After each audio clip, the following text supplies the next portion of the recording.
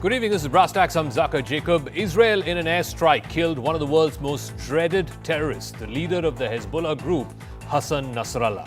While much of the world is heaving a collective sigh of relief at the elimination of this dreaded terrorist, some here in India are eulogizing him. Mehbooba Mufti's PDP suspended the campaign for a day as a mark of respect to the slain terrorist. National Conference's Omar Abdullah has also condemned the killing. The question then is a very simple one. Nasrallah was no Mahatma Gandhi. Why eulogize a man who has the blood of countless Israelis and Americans and other foreign citizens on his hand? A man who terrorized the Middle East, even countries like Syria and Iraq. Today there are celebrations among the Sunni population of Syria and Iraq. Or are our Kashmir politicians simply doing this because it is political? Because in Kashmir, where the final phase of elections will happen tomorrow, 40 seats will be going to polls. There is a sizable Shia population as well.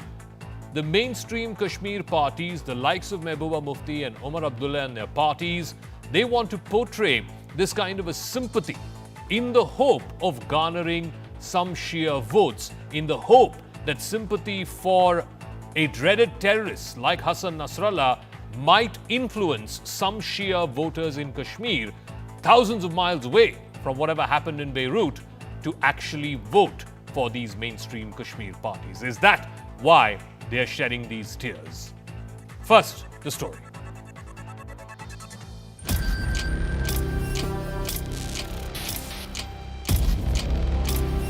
इस वाकये से और भी ज्यादा ये साबित पुख्ता होगी ये बात कि वो वाकई क्रिमिनल है, जिसने फलस्तीन में हजारों बच्चे, औरतें, बुजुर्ग, नौजवानों को शहीद किया और अब लेबनान में जा रहा है। तो इसकी जितनी भी मजम्मत हो वो मुझे लगता है कम है।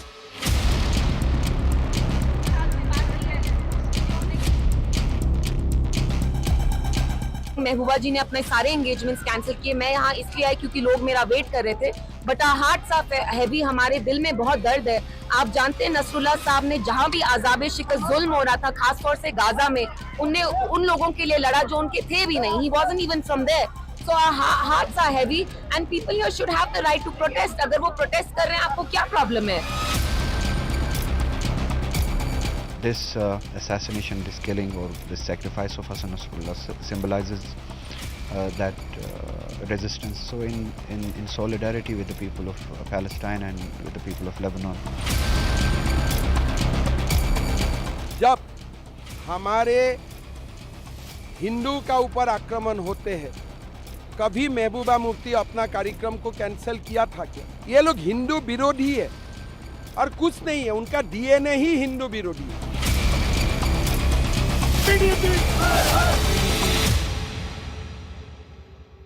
All right, why eulogize a man who has the blood of scores of Lebanese Christians, Sunni Muslims on his hands? Let's open this up to our guest. Professor Amitabh Mattu is Dean and Professor at the School of International Studies at the JNU. Kailash Adhikari, political analyst, will be joining us in a moment. Imran Nabi Dar is spokesperson of the National Conference, and Najmu Saqib, spokesperson of the PDP. Let me start with the two political spokespersons. Najmu Saqib, let me start with you first, because your party and your party leader suspended her campaign for a day, citing, the world-renowned that Hassan Nasrallah was. This is the litany of terrorist attacks that Hezbollah has been charged with under the leadership of Hassan Nasrallah. In August 2020, ammonium nitrate explosion at the Beirut harbor, 218 people killed, 3 lakhs left homeless, amongst them Christians, Muslims, Sunnis, Shias, you name it.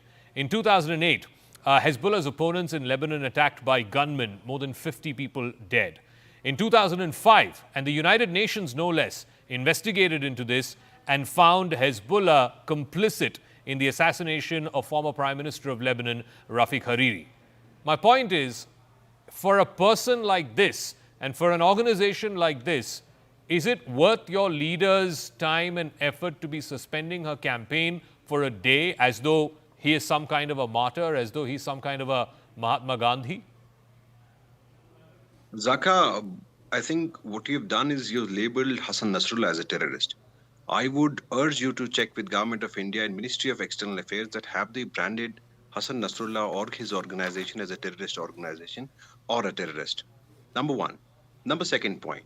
I was listening to one of the media bites from Hemant Biswa Sharma, as you just played in the opening of this. Look, we had no problem when people of our country expressed their anger and anguish when Hindus in Bangladesh were facing trouble, were facing lot of, sort of atrocities. We had no trouble in it.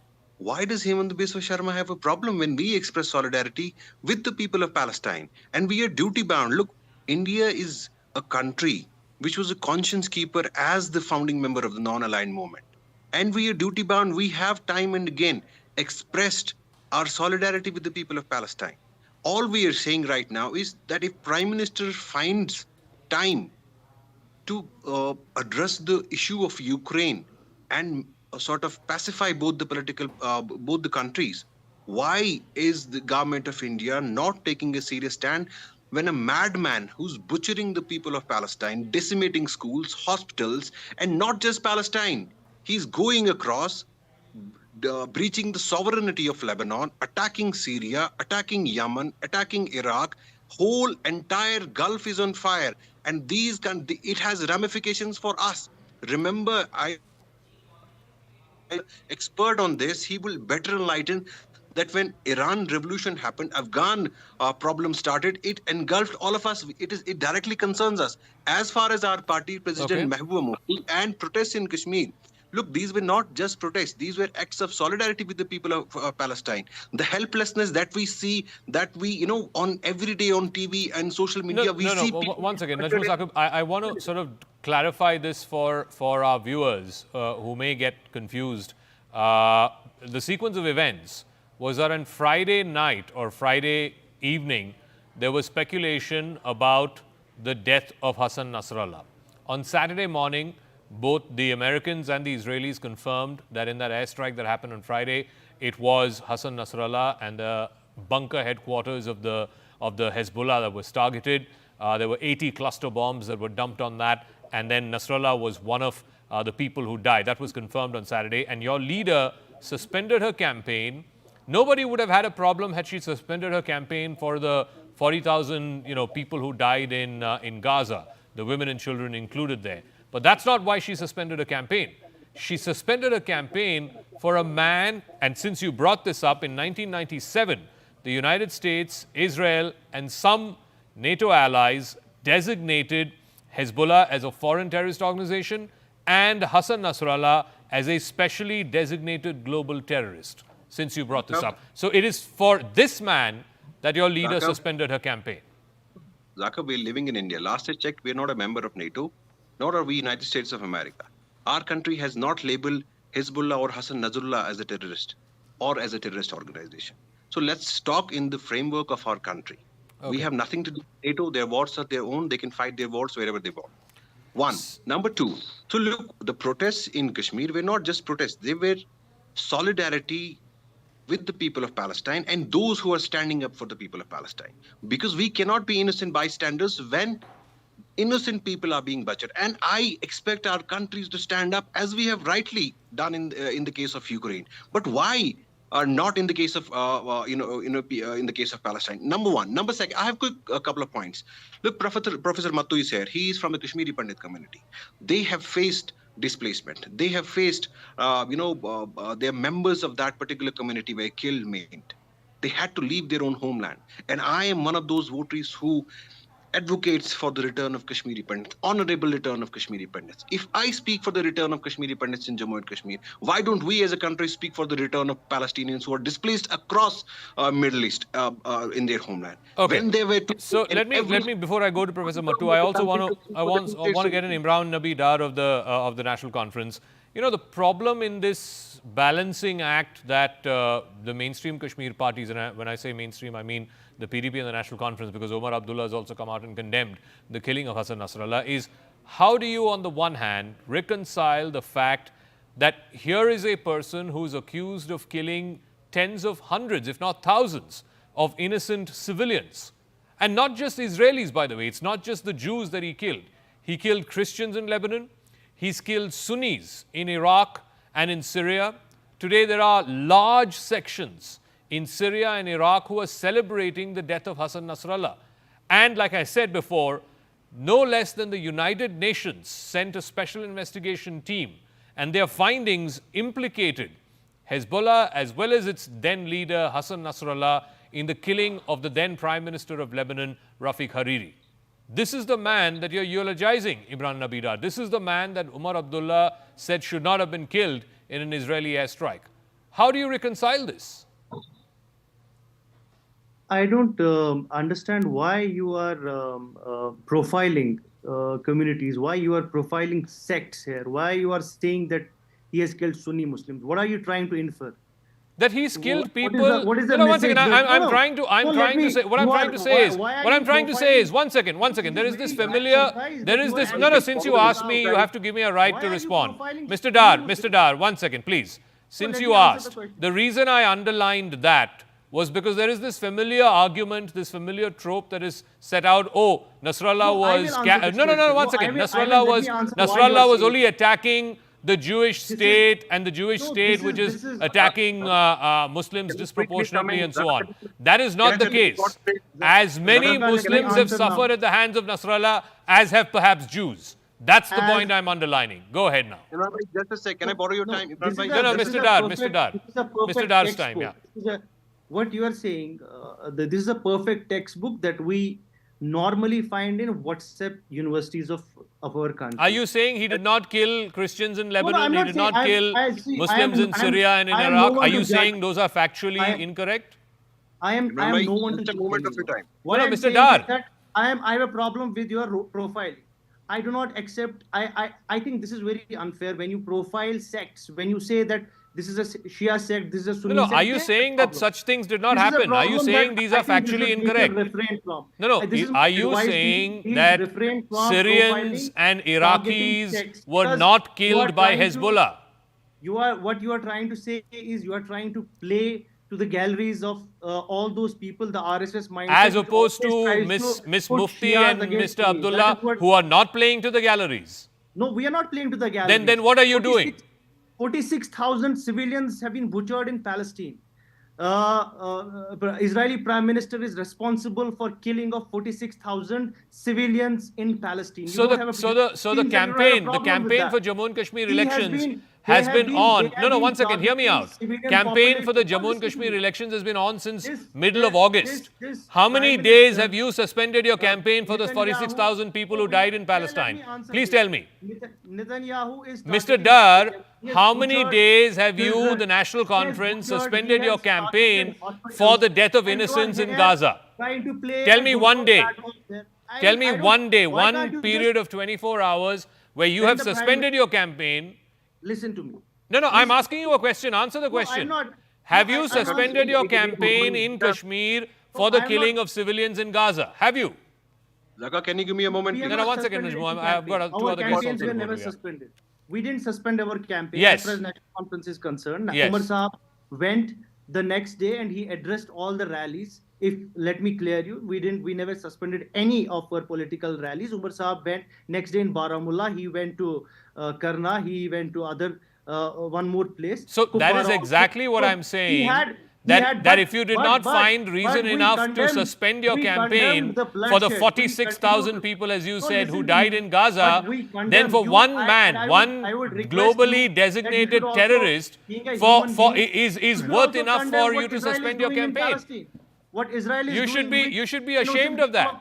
You should be ashamed of the fact that for 40,000 civilians, you didn't want to suspend your campaign, but for one globally designated terrorist, everyone is willing to, shed tears and issue statements of condemnation and suspend their campaigns. His one life must be more valuable than the 40,000 civilians. Let me go to Professor Mattu, please. Professor Mattu, I asked this question at the top of the program, and again, I don't want to be cynically political about this, but fact is that tomorrow is the third and final phase of elections in Jammu and Kashmir. I think 16 seats, particularly the ones in North Kashmir, are voting tomorrow. There is a sizable Shia population, as I understand, and scattered across different parts of Kashmir.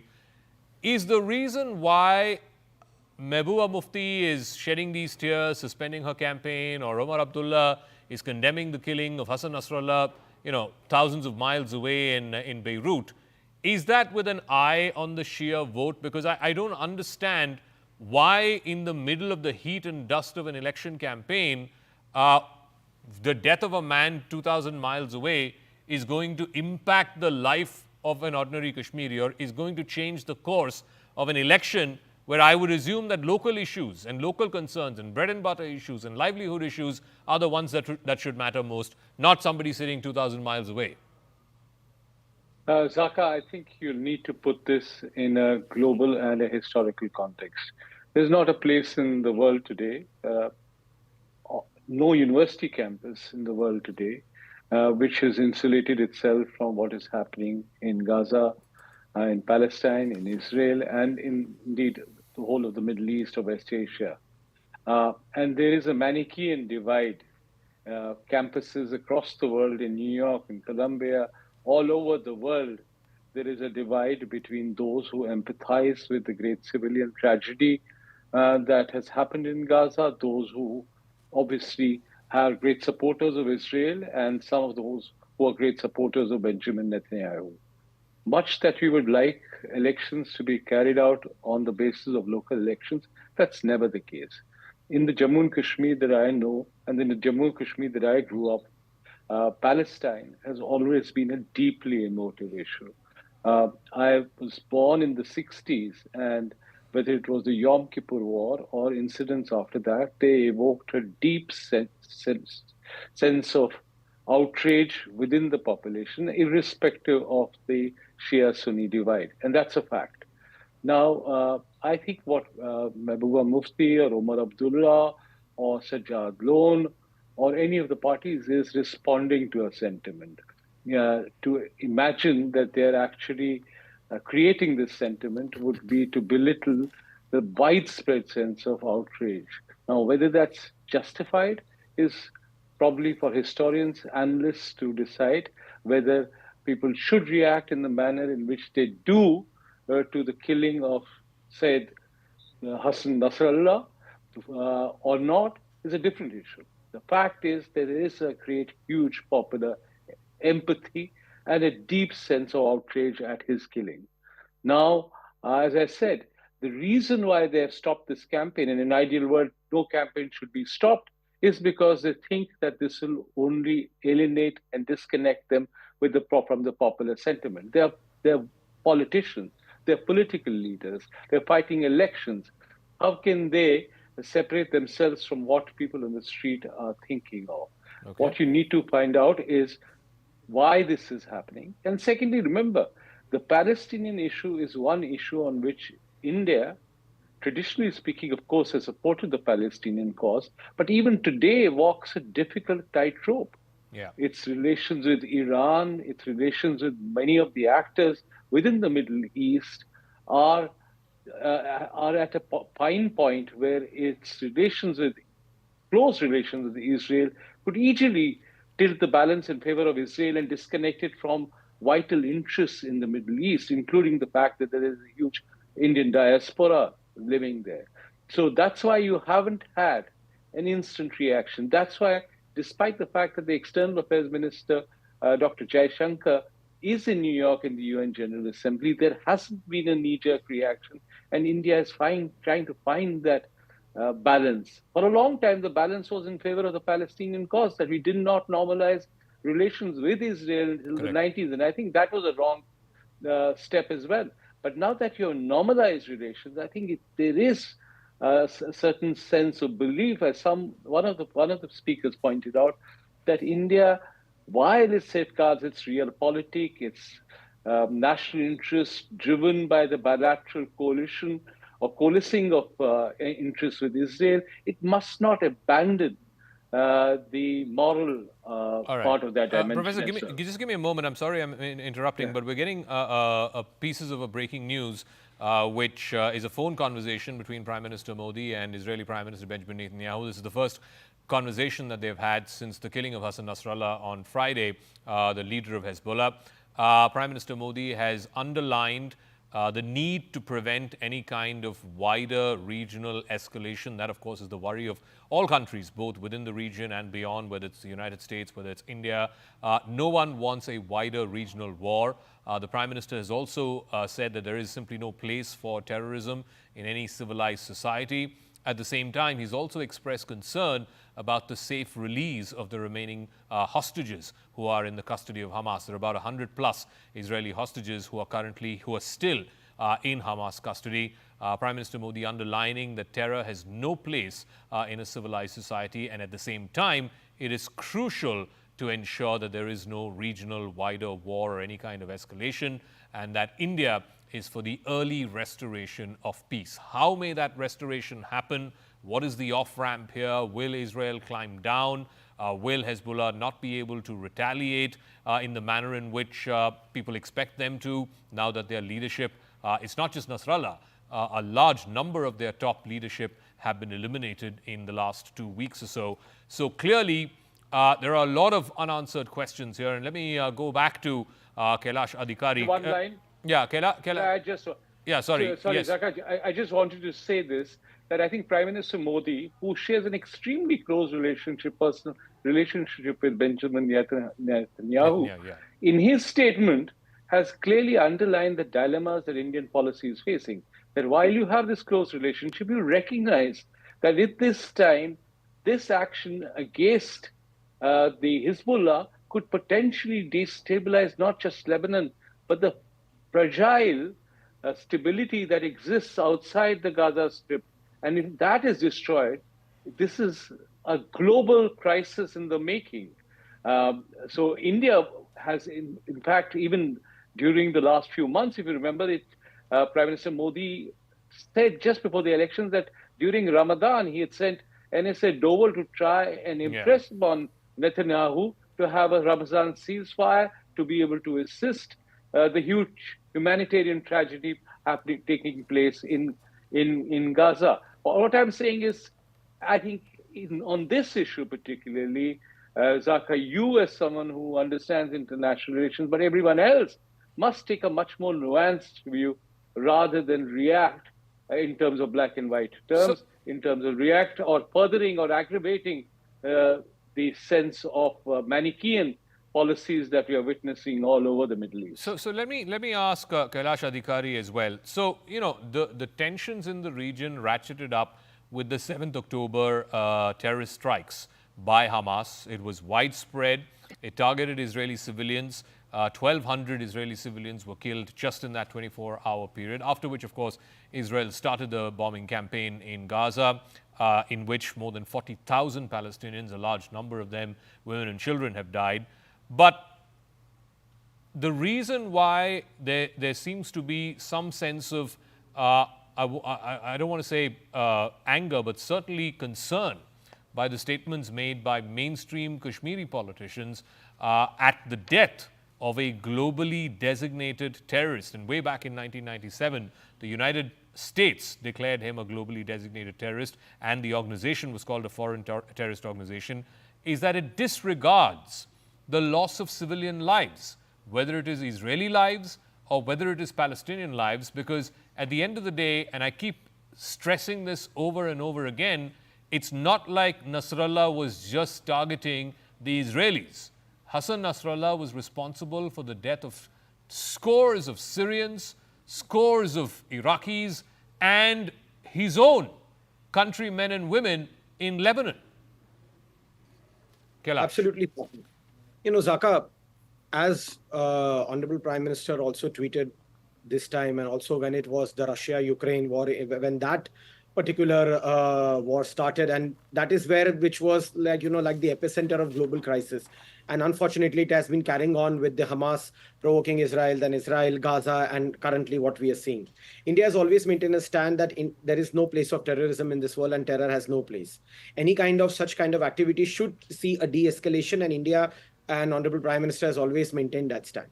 Now, coming to this particular point of the two regional parties of Kashmir, or the mainstream parties of Kashmir, as you addressed to them in the beginning, is about cancelling their rally of towards the elections of Jammu and Kashmir for a person who was killed on foreign soil, who has been designated as a global terrorist. Somewhere it leads to the fact that they have not come out of any kind of appeasement. The entire crux of the matter lies there, Zaka. When we saw the civil unrest happen in Bangladesh some time ago, and where the Indian Prime Minister as well as India as an External Affairs Ministry, we expressed also deep concern of the safety of the Hindus there. No one of them came up, And here we are seeing politicians in Kashmir just an eve before the final phase of voting, cancelling a rally in solidarity under the realm that this will help them gain votes. Now, this is another lower level of stooping that one can get. Are you so sure that such kind of appeasement will work in New India?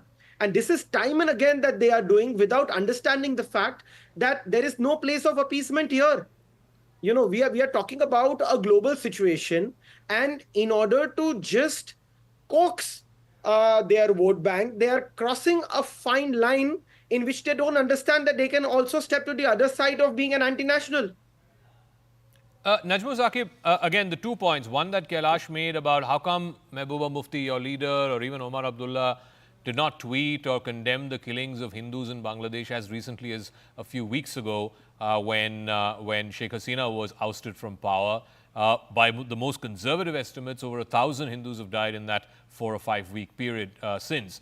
But more importantly, the question that's being asked again and again is, why are there these sympathies for someone who lived by the gun, who killed scores of people, including Muslims in Lebanon, in Syria, in Iraq?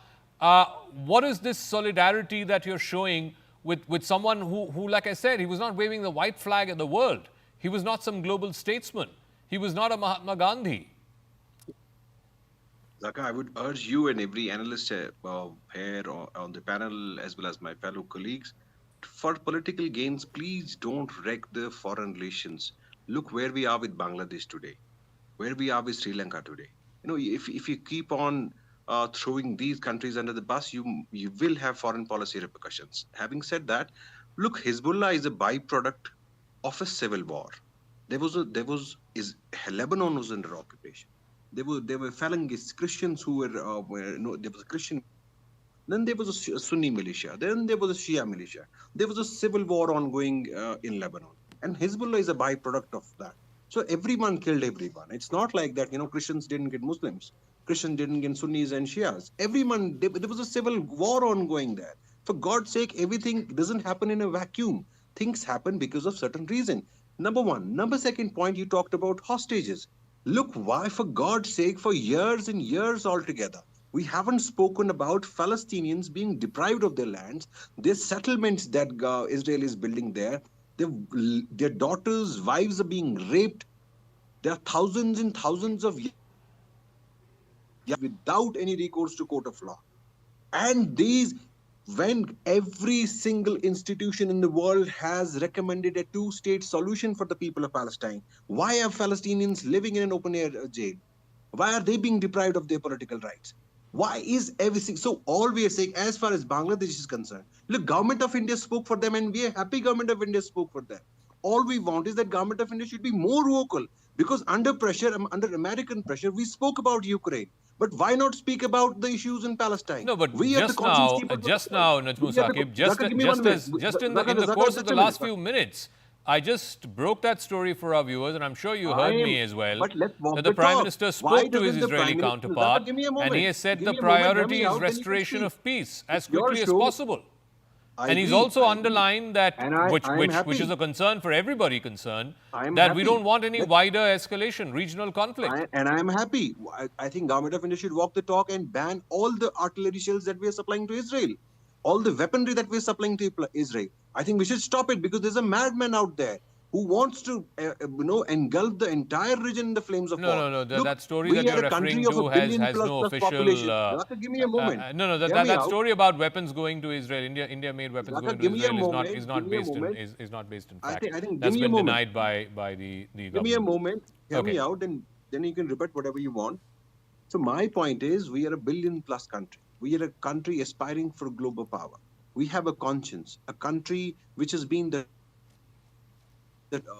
freedom and democracy in the world. We are the world's largest democracy. Okay. I think it behooves us to play a very pivotal role, because God forbid if this thing escalates and entire Middle East is engulfed in the war, I think it will have serious ramifications for not just India as a country, but for our Imran Kashmiris. Nabidar, the other thing that is so stark and that stands out is that countries that are spokespersons of the wider Middle East, who are supposedly the custodians of the wider Middle East, countries like Saudi Arabia, the UAE, Oman, Gulf Cooperation Council, OIC, these countries have officially not come out and issued any statement condemning specifically the killing of Hassan Nasrallah.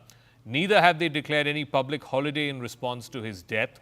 The reactions from these countries have been relatively muted compared to other regional players.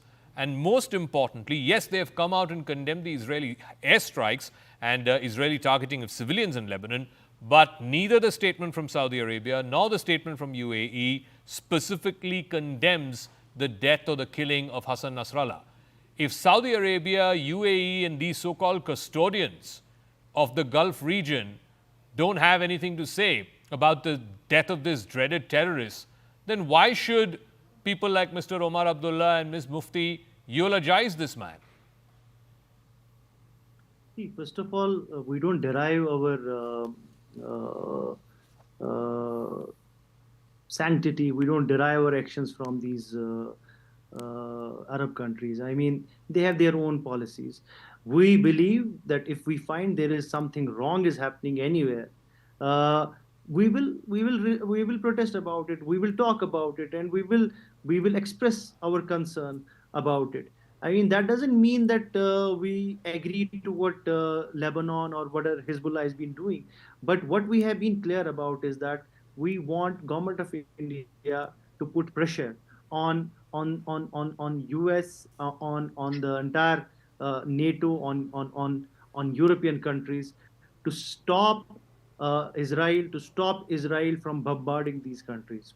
We are clear about it. We are very clear about it. We want government of India, we want Prime Minister Narendra Modi to step ahead and stop these genocidal, the genocidal maniac who's running across Middle East. We want Okay. I just want to underline. I'm running out of time. We're approaching the half hour. In fact, we've hit the half hour. So I'm going to wrap up this segment. To my mind, and I know it's not necessarily a very nuanced take here, but the tears that are being shed for a man like Hassan Nasrallah are akin to those quarters who shed tears for the killing of an Osama bin Laden. I don't think anyone in his right mind would have shed tears for an Osama bin Laden, much like they shouldn't be for Hassan Nasrallah.